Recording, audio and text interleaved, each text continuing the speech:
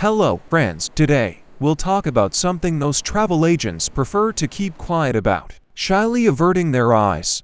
Turkey, a country that has become a second home for hundreds of thousands of British tourists, a symbol of unlimited sunshine, eternal all-inclusive, and a gentle sea. Every year, millions of people from Manchester, London, and Glasgow fly here for the perfect vacation. But what happens when that dream is shattered by the harsh reality of so-called old hotels? Old hotels aren't noble European antiquity, they're Turkish hotels built at the turn of the century. Hotels that once sparkled, but today their walls still remember the first cell phones.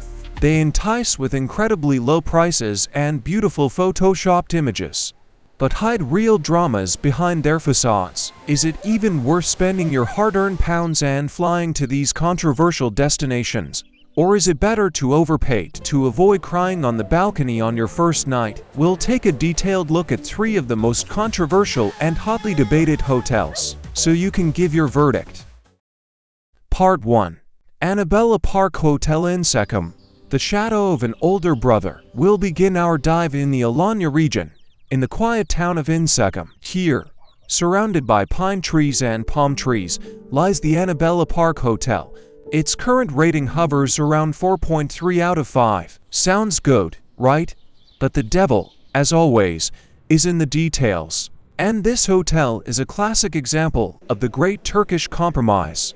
Imagine booking a stay at a modest 4-star hotel, knowing that across the street stands a huge, luxurious 5-star sister hotel, the Annabella Diamond. The main draw for which Brits storm this hotel is that you're officially allowed to use almost all of the 5-star hotel's amenities. You get access to the magnificent, pristine sandy beach of Incekum, where the fine golden sand caresses your feet, and the sea is as warm as fresh milk.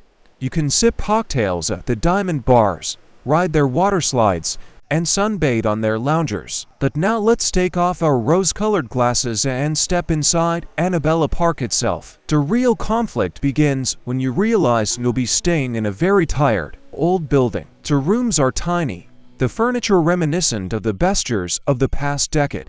But the worst part is the row. To get to the sea, to luxury, to that coveted 5-star rating, you have to walk about 300 meters through a steep, dark underground tunnel under a busy, rumbling highway. Elderly tourists and mothers with strollers from the yacht literally curse this descent, turning into a daily grind in the scorching sun. And what about food? You'll have to dine in the park's own small restaurant, and while the diamond tables groan with abundance, here you'll be forced to cut corners. Yes, you won't go hungry. There's chicken and Turkish delights, but British guests often complain about the total monotony and, frankly, shocking unsanitary conditions. Reviews include outrageous stories of cat droppings lying on the floor, right next to the food service area, and the staff simply covering them up with a wet floor sign and walking past for hours. The staff speaks almost no English, catering to the Russian-speaking market, so you'll have to explain your complaints with your fingers. Part 2. Kemer Dream Hotel, City Nose and Tired Service.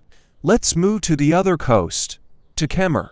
Surrounded by the majestic Taurus Mountains, the Kemer Dream Hotel has an official 4-star rating and a 4.3 out of 5 stars.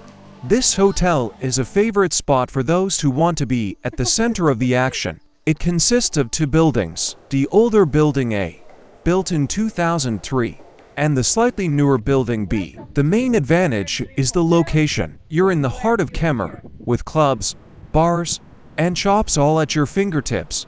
The grounds are compact, the pools are large and clean, and the beach is just a 5-minute walk away. The food is quite decent for a 4-person group, with grilled meats and seafood available, and the Turkish baklava is flowing like water. But why, then, is there so much anger surrounding Kemer Dream? The fact is, it's a typical old building with a hostile urban environment. If you're put in Building A, above the main hall, forget about sleep. The windows will overlook a busy road, and at 5 a.m., you're guaranteed to be woken by the deafening call to prayer from the neighboring mosque. The air conditioners are a separate pain. They're old, leaky, and were like wounded animals, hanging directly over the beds, leaving you either catching a cold or suffocating in a 90-degree heat. British families, having booked spacious family rooms with balconies, are regularly scanned upon arrival, being placed in a stuffy attic room without a balcony and told there are no vacancies. Service is another flashpoint. Bartenders and waiters look at guests as if they've come to beg. They huddle together, openly gossiped, and ignore English-speaking tourists. The hotel's beach is akin to a furniture dump. The sun loungers and umbrellas are so worn, broken, and dirty that European tourists prefer to go to paid areas rather than sit on this disgrace. Part 3. Green Nature Eco Hotel and Spa Marmaris. Fake 5 stars. And finally, the crown jewel of our dubious hit parade. The Green Nature Resort and Spa, often referred to as the Eco Hotel in Marmaris. It proudly claims 5 stars, but has a 4.2 rating and thousands of angry comments. Marmaris, the European Turkey, traditionally attracts crowds of Brits, and it's they who most often fall into the trap of this giant. The hotel is huge, located in a beautiful location, surrounded by a pine forest, and within walking distance of the beach. It has amazing entertainment, huge pools, and excellent water slides that children adore. The food is truly plentiful, the selection is vast, and no one will go hungry. Why do British forums explode with rage at the mention of green nature? Because there are no 5 stars here. It's a complete scam. The hotel is divided into a new main building and an older annex building, the club, which is a budget 3-star hotel at best. The walls in the rooms are as thin as tissue paper. You'll hear every detail of your neighbor showering, coughing, go into the bathroom, or going about their personal life. The doors are old and require a mighty slam to close, so the hallways resound all night long, like an artillery range. Housekeeping is a disaster. British tourists checking in at 2 a.m. found blood stains on their clean beds and trash on the floor. Dirty towels won't be changed until you throw them on the floor in anger. But the biggest scandal is the battle for survival by the pool. Hotel rules prohibit sun loungers from being occupied before 7 a.m. But the management doesn't care about their own rules. The British, accustomed to order, are forced to wake up at 5 a.m. to guard a plastic sun lounger. Otherwise, you'll be sitting on hot concrete all day. Add to this the paid and constantly dropping Wi-Fi, tiny plastic cups for drinks, and the utter helplessness of security guards to refuse to break up nightly fights between tipsy guests. Conclusion: is it worth going to Turkey for older hotels?